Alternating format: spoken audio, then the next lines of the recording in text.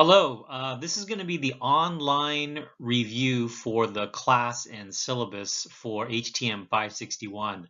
My name is Steve Louie. I am an industry lecturer. I've been teaching at San Francisco State since 1999. I'd like to first say that I very much apologize for not making this first class. Unfortunately, we have a Hilton Leadership Conference in the same week.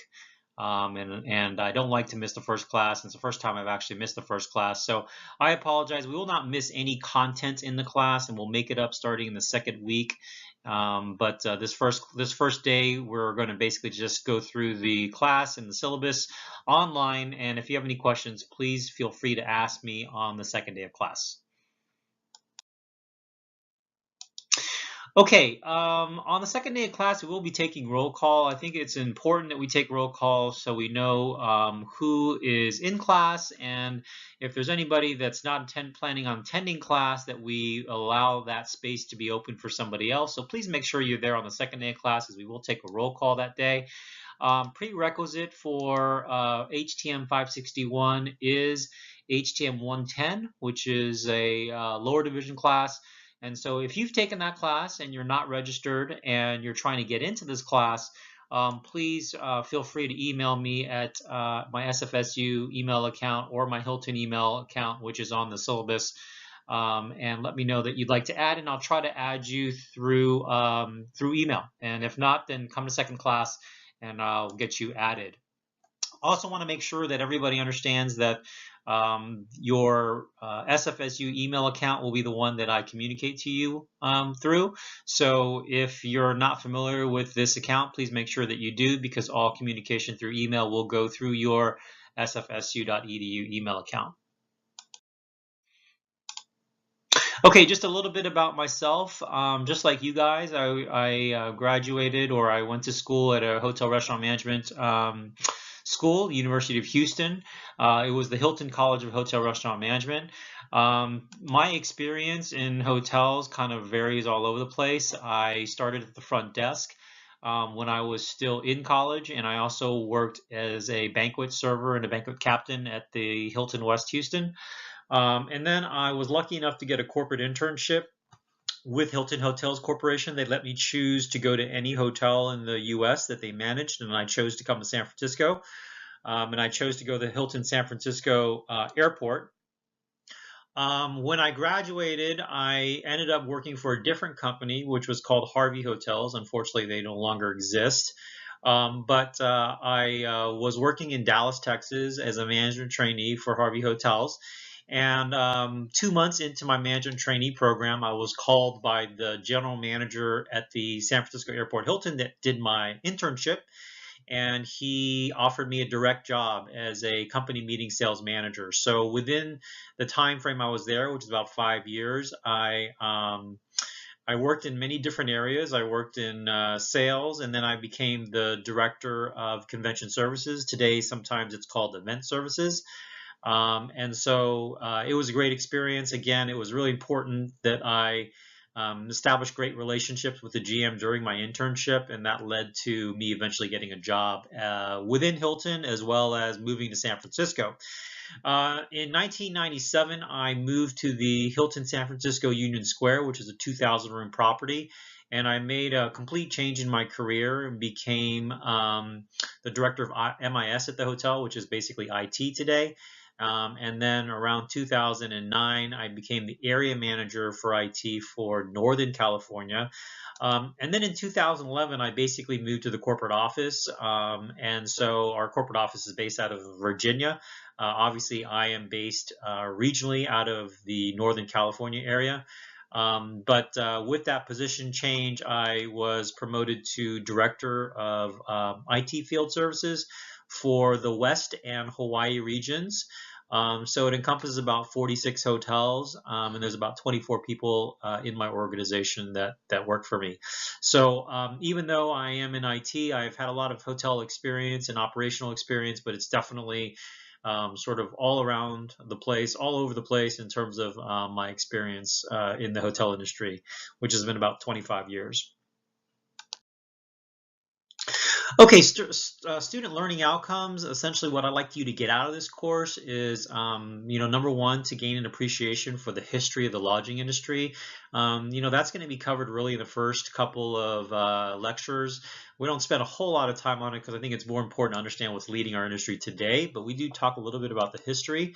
Understanding the structure of the lodging industry is actually very important because you have to understand the structure before you understand how things are categorized in terms of market segments, different industries. And so we will definitely have a lot of content in terms of how reporting is structured and how hotels are broken down into certain markets so that when you do analysis, you understand which hotels are in which market.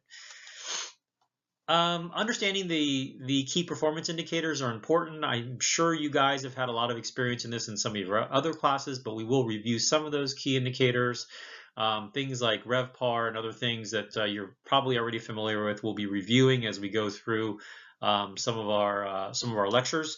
Like to have you understand sort of the guest cycle, the sort of the process a guest goes through as they make a reservation all the way through checkout. So the office processes, the back office processes that go along with that, and sort of how the whole the guest stay, the navigation of the guest stay in terms of how it's handled throughout the hotel operation. Okay, number 5 is really important to me. It's really understanding a lot of the trends that lead the industry today. And the art industry has really changed quite a lot in the last 25 years. Even in the last 10 years, it's changed quite a lot. And so understanding the trends and the environment that you're in today in terms of you going out and getting a job in this market today, what that looks like, is really important to me and very important that you get out of this class sort of how the industry looks today. It's a lot different than it was when I got out. And so a lot of the articles and topics that we'll talk about really evolve sort of what's going on with the industry today. Having basic knowledge of the different departments and really understanding their respective responsibilities. You've covered some of that in 110, but we're going to go a little bit deeper in some of these departments so that you understand, not only so that you can understand how a hotel works, but maybe understand where you want to work in a hotel and what interests you when you get out. Okay, technology is something that is really shaping our industry today. That's one of the main reasons why our industry looks so much different. From how people make reservations to the kind of technology services guests come to expect. This is something that we really are going to talk about. It's obviously I have a lot of expertise in this area, being in IT, but I think it's important not only because I have expertise in it, but because I think it really drives our industry today. So we'll talk a lot about technology, some of the technology amenities, as well as how we use technology to gain competitive market share. Distinguish the relationships among the various hotel operating departments in terms of how they work with each other, sort of what relationships are most important within the hotel. And this is just so you can sort of understand how the overall operating departments work together. And when you get out and you work in these departments, what's going to be important in terms of who you partner with within the hotel. Okay, there are a couple of benefits for this class that are indirect benefits. One of them is that a lot of the content we talk about are the same PowerPoint slide presentations that are used for a couple of certifications. One is the HIFIA certification. The other one is the CHIA certification. The HIFIA certification is basically a easier version of the CHIA. I think getting the CHIA is, if you're going to go for one, just go for the CHIA. It's basically Certified Hospitality Industry Analytics is the certification, and it basically means that you know how to read star reports, you understand market segmentation. And these kind of certifications are important because they don't take a whole lot of effort, especially after you've taken this class. And it gives you something on your resume that is quite impressive and could be a difference maker for you when getting a job. So I just want everybody to be aware that taking this class will be a stepping stone for you to easily get a CHIA certification. Okay, the syllabus review, and since we're going to be talking about the syllabus, I just want everybody to know the syllabus is posted on iLearn. It's got some more detail in the syllabus than what we're talking about today. So even though you're looking at reading this, going through this presentation with me online, it's probably beneficial for you to read through the syllabus to make sure that that you understand all what's expected out of you and the outline of the class. So one of the things on the syllabus we talked about is quizzes, and so I just want you to be aware that there are quizzes almost every day. Really, they'll either be online or in class. And quizzes to me are really just to make sure that people are keeping up with the class, keeping up with the reading, keeping up with the lecture, and coming to class. You'll find in my class that you will be rewarded in quizzes if you come to class, because you'll inherently do better because you've listened to lectures and you have all the content. So quizzes are something that allows me to sort of reward people that come to class and that are keeping up with the overall content of the class. Just rule of thumb that online quizzes really cover the reading that you're responsible for. So if it's an online quiz, it's really either reading or chapter reading, and then the in-class quiz will really be covering sort of our lectures as well as posted PowerPoints as well as reading. But for the most part, in-class covers will focus on lecture topics. Again, that's sort of my way of saying, hey, you come to class, you listen, you put out an effort, you're going to get rewarded with, with good in-class quiz grades. Okay, supplemental reading. Supplemental reading will typically be articles, industry articles. Again, this is really important to me that you guys read industry articles. You understand what's going on, how hotel companies are consolidating, who is acquiring who. All those things are really important because it's as an upper class person, you really should understand the structure and what's happening in industry. So there will be quizzes on this, and it'll basically be about the grading, about the articles that you read. It is due 9 a.m. of the next class, so you have basically a full week to do it, and you want to make sure that you are keeping up with the open and close times of the quizzes, because there is an opening time and a closing time. Typically, like I said, the closing time is by 9 a.m. of the next class date. Okay, participation is one of those things that it's an easy grade if you participate. It's worth 10% of everyone's grade, which is a big chunk really when you think about it. And it's something that you can easily get if you basically, participate, meaning that you participate in class, that you're in class, that you're there for roll calls, that you're there for attendance. And in your group project, which we'll talk about in a second, you will actually be evaluated by your peers in terms of your participation within your group.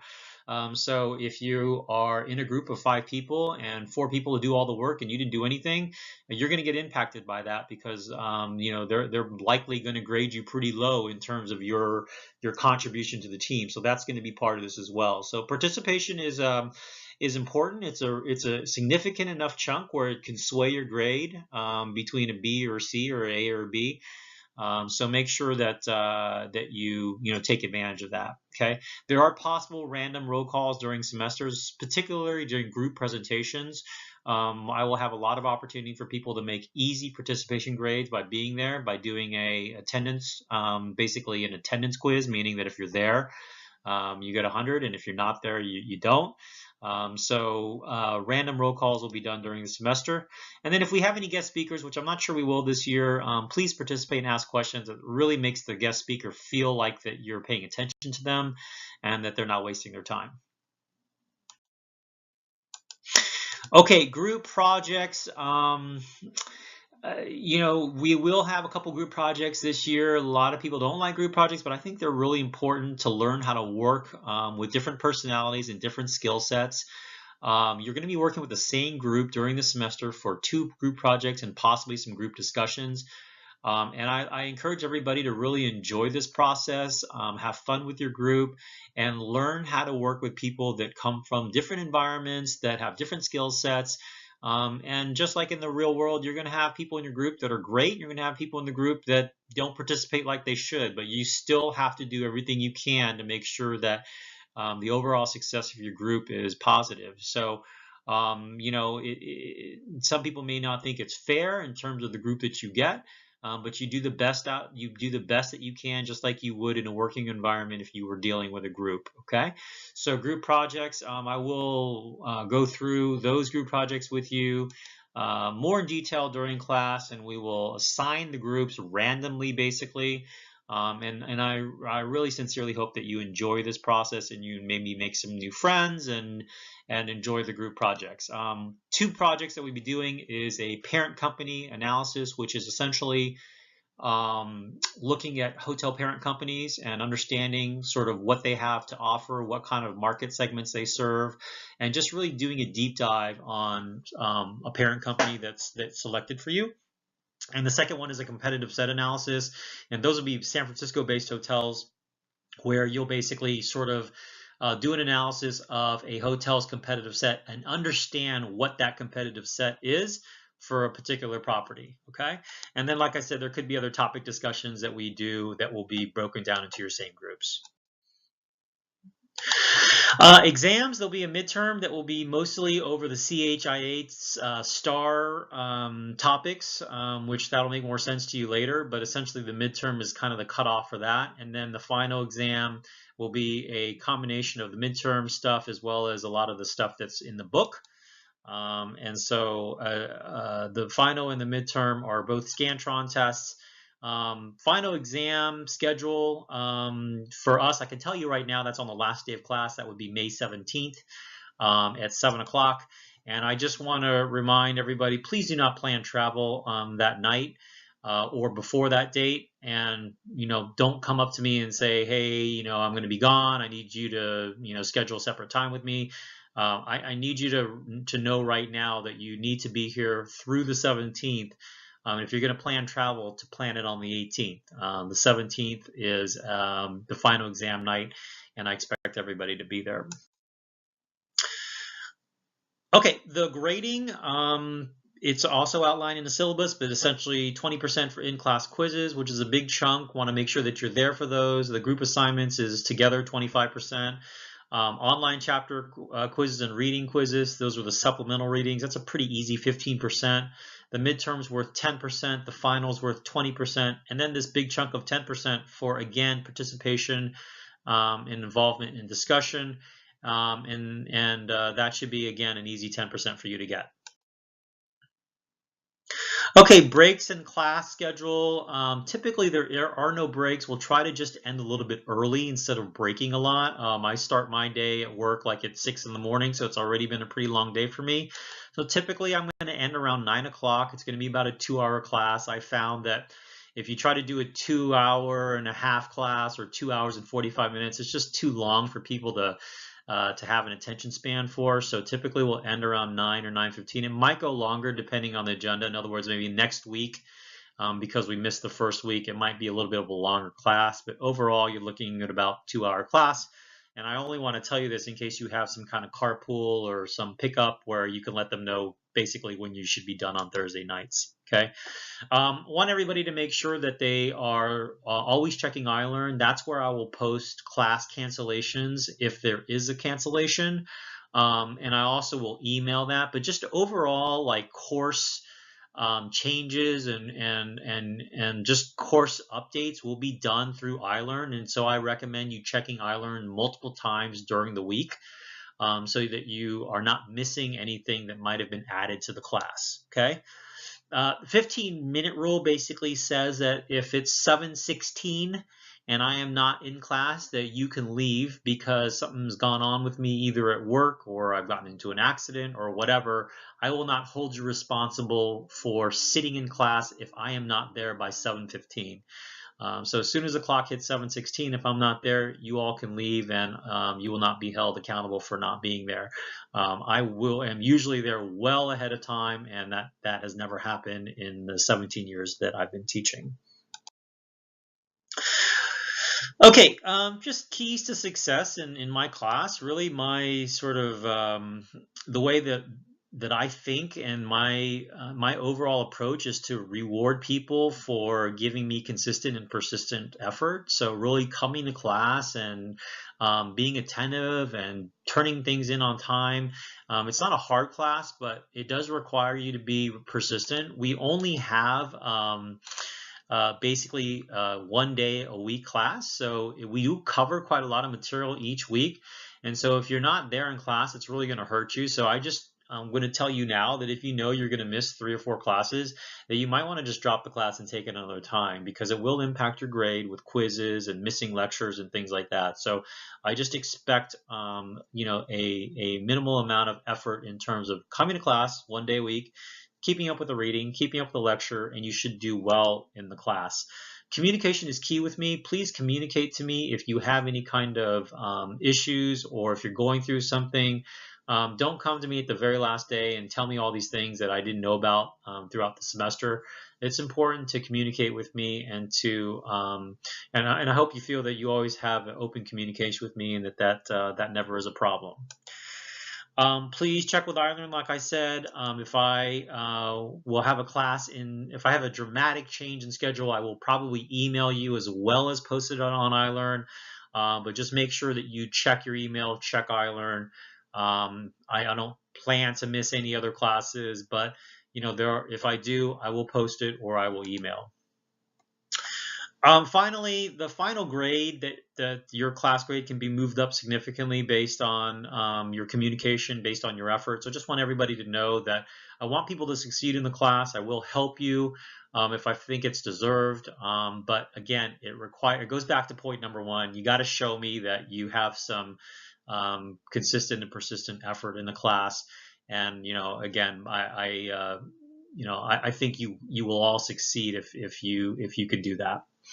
Okay, again, I want to say thank you to all of you for watching this online presentation. And again, I apologize for not being there in person. I hope this has helped. Please go through the syllabus, which is posted on iLearn, and then you will see sort of the week 1, week 2, week 3, and so on listed on iLearn, where you can sort of see what kind of lecture topics we're going to cover. And then PowerPoints will eventually be uploaded to the iLearn site as well for the lecture material.